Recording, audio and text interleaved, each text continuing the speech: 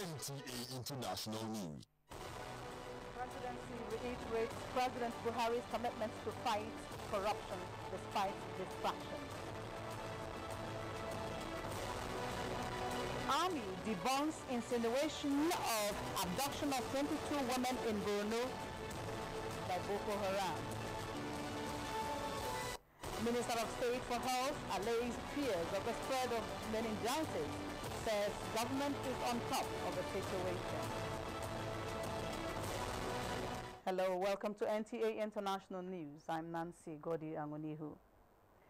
The presidency has given assurance that the war against corruption by the President Muhammadu Buhari administration will not stop the strong resistance of the opposition and their actions to thwart the government's efforts every day. Senior Special Assistant to the President on Media and Publicity, Garba Shehu, in an interview said war against corruption is one of the cardinal policies of his election campaign and the main reason Nigerians voted him into office. Malam Garba admitted that so far the battle to uproot corruption from Nigeria has not been easy because it has been fighting back in various forms and guises. He dismissed rumors that members of the governing party, the All Progressives Congress, APC, were being spared, saying that all are equal before the law. He commended Nigerians for embracing the whistleblower policy by taking extraordinary risks to expose corruption. Malam Garba Shehu highlighted various efforts of the government to improve social and economic sectors of society, with particular reference to the massive cash releases for capital projects in excess of a record 1 trillion naira under the 2016 budget. Nigeria requires assistance from the United Nations to completely demine the entire Sambisa forest in Borno State. Chief of Army Staff Lieutenant General Tukur Buratai said this during an interactive session with journalists in Maiduguri. Defense correspondent Ismail Musa has details. The forum, a sideline to the concluded Nigerian Army Small Arms Championship in Sambisa Forest, Borno State, is aimed at highlighting progress in the fight against insurgency and the quest to completely demine Sambisa Forest, considering the magnitude of the 60,000 square kilometer landmass, difficult terrain and huge resources required to clear the former stronghold of Boko Haram terrorist group.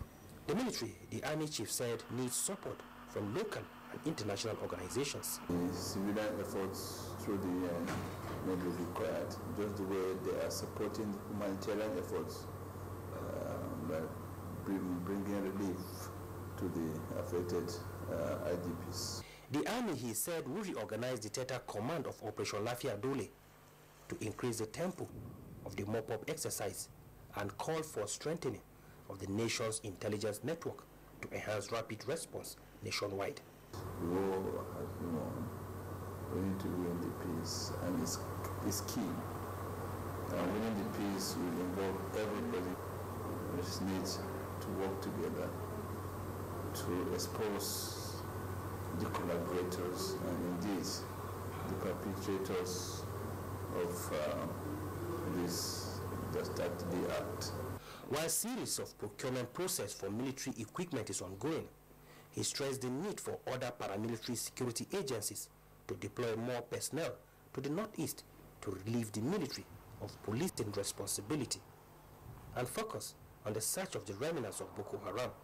From Maiduguri, Borno State, Ismail Musa, NTA News. The Nigerian Army has refuted the reports of abduction of 22 women following an alleged attack by Boko Haram terrorist group in Polka, Borno State. In a statement by the Director, Army Public Relations, Brigadier General Sani Kukasheka Usman, the story trending on the social media and some mainstream media attributed to an unidentified Bulama is completely false. The statement says Polka and environs is heavily fortified by the military and there was no report of any security breach in recent time. He advised the public to ignore the report as it is intended to distract the military and communities affected by the insurgency as they mop up remnants of the insurgents. For Africa to achieve its 2024 Science, Technology and Innovations Agenda, Governments must pursue new funding alliances with the private sector for investment in human and institutional capabilities development. This is part of recommendations contained in the 2017 African Capacity Report on Science, Technology and Innovations. Chimdin Mandubisi reports. The Africa Capacity Report Foundation carried out a study on 44 African countries to ascertain the continent's science, technology and innovations capacity dimensions as it pursues a 10-year strategy that will drive socio-economic development. The findings show that there is deficiency in funding training, researches and equipping higher institutions with state-of-the-art facilities.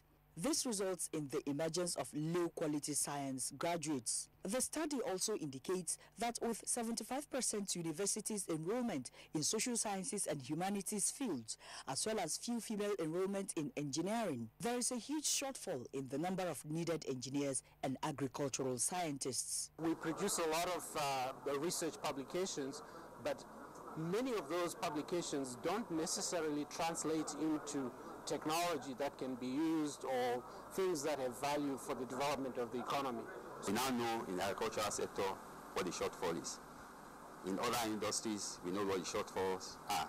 And then we will now begin to tailor our training opportunities to direct people to where those opportunities lie. The report therefore urges governments to, as a matter of priority, commit more than a percentage of their gross domestic product to science, technology and innovations, as well as create enabling environment for science research institutions to thrive. In Abuja, Chimdin Mandubisi, NTA News. On the health scene, Nigeria is currently dealing with a new strain of meningitis, the type C. But the Minister of Science State for Health, Dr. Osage Ehanire, says there is no cause for alarm as the situation is under control. He also says report of shortage of vaccine is being taken care of. Dr. Ehanire was at NTA Benin Network Center where he addressed issues on the outbreak of the disease, which is prevalent in the northern part of the country. Agatha Egwaro Ojo reports. Statistics released by the Nigeria Center for Disease Control indicates that 49 cases of meningitis have been recorded in Niger, 44 in Zamfara, 32 in Katsina and 19 in Sokoto states, while Jigawa and the FCT have also recorded 5 cases each. The federal government says it is the first time Nigeria is dealing with the type C strain and mass immunization will be carried out to curtail it, while response teams from relevant authorities have been dispatched to flashpoints. Have a new strain or relatively rare strain. Up till now we have had the meningococcal serotype A. We are dealing now with type C. Unfortunately, immunity against one type does not guarantee immunity or protection against the other. So we have to do another mass immunization campaign. On reports of shortage in vaccine, Dr. Ehanire says it is being sorted out. 2 or 3 days ago, we received a consignment of 500,000 doses, which are being distributed to affected areas. And within the next week or so, we shall get about 823,000 doses coming in from Europe. So the shortage will be a thing of the past. The reactive vaccination will start within a week. While urging Nigerians to maintain good personal hygiene and good nutrition, he also advised Nigerians to stay away from self-medication. In Benin, Agatha Egwaroju, NTA News. And with the recent outbreak of cerebrospinal meningitis in some parts of the country, a call has been made to take proactive measures in controlling the spread. Uche Nwizu in this report examines efforts towards the curtailment of the disease. Meningitis causes an acute inflammation of the outer layers of the brain and the spinal cord. Its most common symptoms are fever, headache, and stiffness of the neck. It affects all age groups. Interestingly, even newborns. When we talk about adults, we are talking about those with low immune status. Findings show that Nigeria lies on the meningitis belt of sub-Sahara Africa, stretching from Senegal in the west and Ethiopia in the east, where outbreaks occur regularly. Overcrowding, lack of personal hygiene and environmental sanitation are also contributory factors. The current outbreak, which was first reported in Zamfara in November last year, has since spread to Sokoto, Katsina, Niger and the FCT, with death toll hovering around 300. But once the number of herd immunity reaches a low level, there becomes a spike, an increase, and that is what we call the epidemic, which changes from an endemic to an epidemic situation or an outbreak situation. This outbreak is considered the worst since 2009, where over 300 lives were lost to the disease. There is fear that the disease could be out of control if refugee camps, prisons, police cells and living quarters are affected as a result of crowding. Medical experts identify vaccination as an effective way of preventing meningitis. Depending on the situation, the pilgrims traveling to other countries that have, for example, Saudi Arabia or the Christian pilgrimage, where a large number of people will meet, we give them vaccination using a pentavalent antigen vaccine. But for the one in country, we use a reactive vaccination program against the particular strain that has been picked, which in this case is C, and we give them a bivalent antigen of AMC. The way forward for us to curtail or to prevent this vaccine shortage is to critically and seriously about building local vaccine manufacturing capabilities so that we can overcome this. Now, the second is that there are over 7-8 companies around the world that are making vaccines. I don't think with the problem that we have now that the government should wait for donor agencies come and donate vaccines for them. Take a proactive measures immediately to bring in these vaccines. A large-scale vaccination program has begun in the affected states. You don't hear about meningitis before? No, I never hear. I once experienced it in my village. Why are you still staying here? No, this is where I can only afford accommodation. I used to bring out my mat in the night, I sleep outside. Apart from public health education on the importance of immunizing persons aged 0 to 29, experts include minimizing contacts with infected persons and case reporting on the part of the public as other measures to curtail the disease. Given the magnitude of the recent outbreak, relevant agencies such as the Nigerian Center for Disease Control, National Primary Healthcare Development Agency, the World Health Organization, UNICEF and the U.S. Center for Disease Control are working together to coordinate response towards containment of the spread of the disease. Uche Nwizu, NTA News. You're watching the news on NTA International. Stay with us as we bring you more reports after the break. Have you been thinking about coming to Nigeria? Then what are you waiting for? Come share in our wealth of vast resources. Come discover treasure. Come to where there's lots of business opportunities.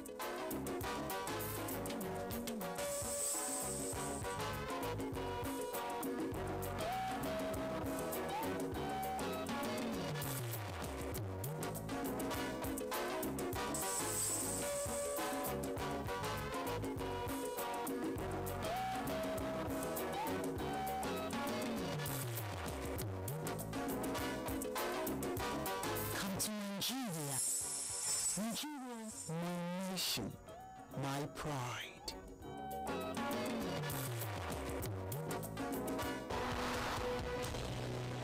NTA International News. Africa as it is. President Muhammadu Buhari has congratulated multi-talented entertainer and gospel music maestro evangelist Ebenezer Obey on his 75th birthday, April the 3rd. In a letter to the evangelist, President Muhammadu Buhari congratulated him on behalf of Nigerians, describing him as a household name in the country and beyond. President Buhari says Evangelist Obey, with his music, has flown the flag of Nigeria as a worthy ambassador of the motherland. The president, who described Ebenezer Obey's birthday as auspicious, prays for more years of service to the nation and humanity. Now, for stories trending around the globe, Ilyasu Ali Yakubu is standing by. Mali's opposition is taking a tentative steps toward ending its boycott of a political summit enshrined in the country's 2015 peace deal after the government extended a deadline to facilitate extra talks. The government and pro-Bamako armed groups are also represented at the event. The head of the opposition grouping, Somalia Cisse, told delegate after appearing at the talks in Bamako that inclusive consultation were required to end Mali's problems. The current conference is aimed at solidifying measures agreed by the signatories to reach a lasting peace in the conflict-prone West African nation. Still in Africa, the abducted Somali journalist Hanad Ali Guled has been freed after being tortured by his abductors.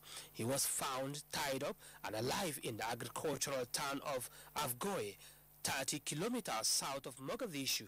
No group has claimed responsibility for the journalist's abduction. A report from South Korea says 2 Filipino sailors found on a life raft were rescued after the South Korean cargo ship went missing. A search operation is continuing for the remaining 22 people. South Korea also requested assistance in a search from Brazil and Uruguay. The ship, with a capacity of 260,000 tons, was being operated by a South Korean company but was flagged to the Marshall Islands and had 16 Filipinos and 8 South Korean on board. And in Colombia comes a report that a heavy rain flooded the city of Mocoa in the country's southwest, with mud and rocks burying whole neighborhoods and forcing residents to flee their homes. An army statement said there were at least 400 injured and 200 still missing in the capital of Putumayo province. The exact death toll is hard to confirm, with the rescue operation still underway. Some local media estimate up to 300 people have been killed, while the Colombian Red Cross has a total hovering above 200. The Red Cross said it was working to help family members contact each other. Ilyasu Aliakubu, NTA News. And on business news, the Central Bank of Nigeria, CBN, says there is adequate forex for PTA, BTA, tuition and medical fees, and urges customers to approach their financial institutions for such services. Details of business news with Joy Ozo. The Central Bank of Nigeria, CBN, says it has come to its notice complaints in some quarters that some customers seeking to buy forex for business travel allowance, personal travel allowance, medical and school fees are being frustrated by some banks with the claim that the CBN is not allocating enough forex to them for BTA, PTA, tuition and medical fees. Acting Director Corporate Communications of the CBN, Isaac Okarafo, says this claim is totally untrue, as all banks have more than enough stock of forex in their possession for the purpose of meeting genuine customer demand. He reiterated that on a weekly basis, the CBN has been selling at least $80 million to banks for onward sale to their customers. I want to state categorically that this claim is untrue and that banks have more than enough foreign exchange in their possession for sale to members of the public. In the light of this, Mr. Okarafo says members of the public seeking to buy forex for such purposes are advised to go to their banks to obtain their forex. And I want to also appeal to members of the public and customers of banks who feel that they are not being well treated or that their demand is not being processed in time within 24 hours for BTA and PTA, and within 48 hours for medical fees and tuition fees. Once any customer feels aggrieved, they should please call this number, 0700-2255-226, 0700-2255-226, or send an email to our contact email, which is cpd@cbn.gov.ng. Most importantly, the Apex Bank warns that no customer should accept to buy forex from any bank at more than the currently prescribed rate of 316 naira to $1. Equities market closed Friday, March the 31st on a negative note as the NSE All-Share Index depreciated by 0.07% to close at 25,516.34 basis points as against 1.05% appreciation recorded previously. Next is a graphic summary of trades on the floor of the exchange.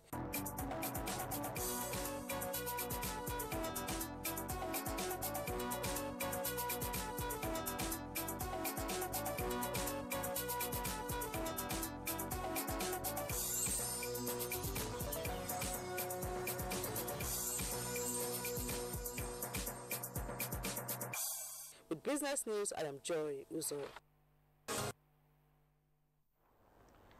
Queen's baton relay team for the 2018 Commonwealth Games arrives Nigeria as Africa gets a spot in the expanded 2026 FIFA World Cup.